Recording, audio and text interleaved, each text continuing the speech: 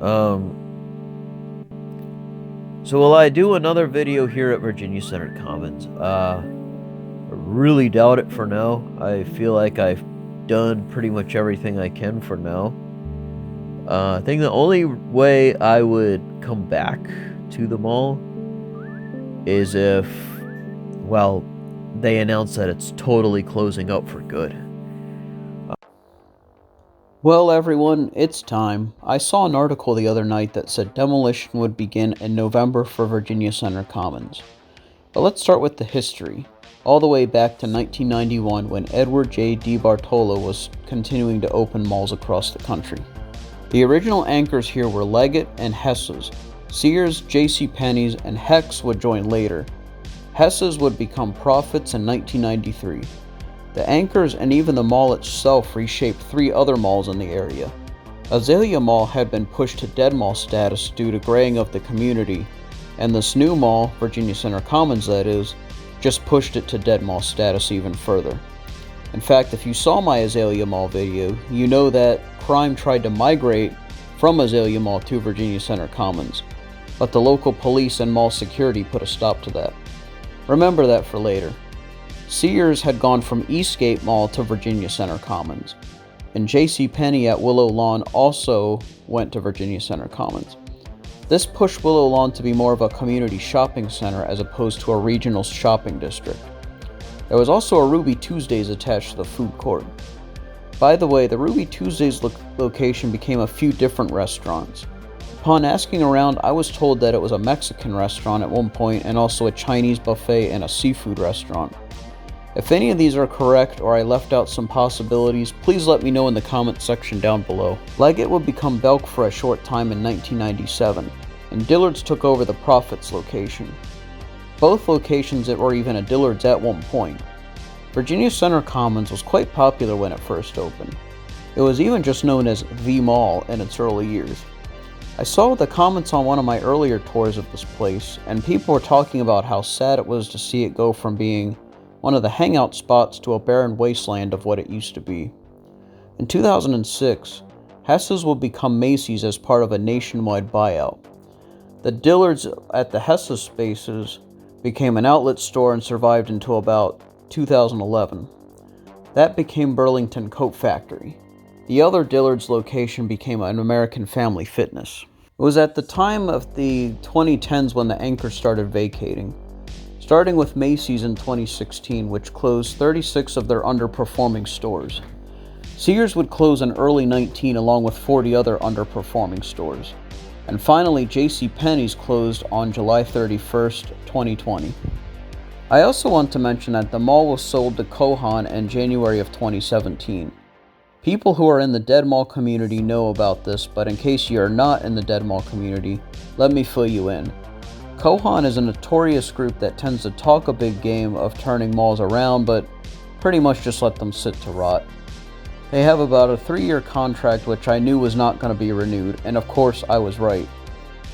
In 2020, the mall was sold to VCC Partners LLC and Shameen VCC LLC. But before we get into that, let's talk more about Kohan.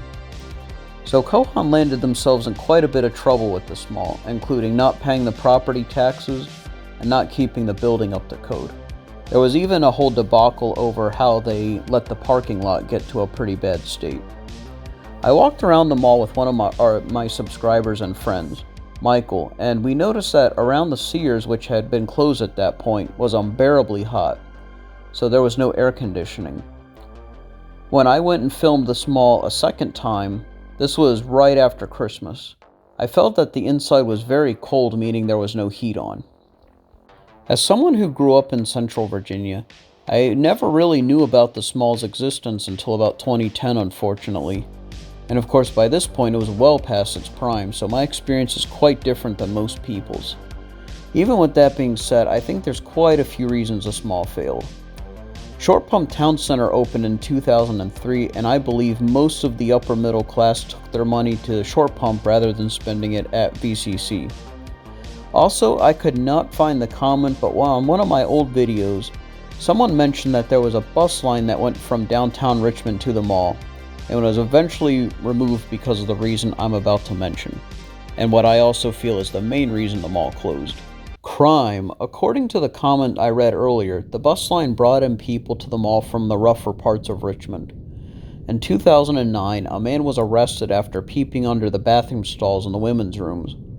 In 2011, a man entered the Diamond Expressions jewelry store, and after some exchange of words, the man jumped over the counter, hit the clerk in the face with a credit card reader, and ran off with some merchandise. In October of 2018, a female employee of Hot Topic claimed to have been hit with a gun and robbed. An arrest was made, but I found no updates in the crime. Other events such as car break-ins and muggings in the parking lot seemed like regular occurrences. Another unsettling story was a 32-year-old man was found dead in his car in the parking lot. There was no signs of foul play, but just like the Hot Topic story, I haven't found any updates on this story. This is all quite a step down considering the police and mall security were quick to stop crime coming from Azalea Mall back in the early 90s. Links to all these stories will be in the description below. As a result, security became a little too tight. I heard stories about mall security being way too strict here.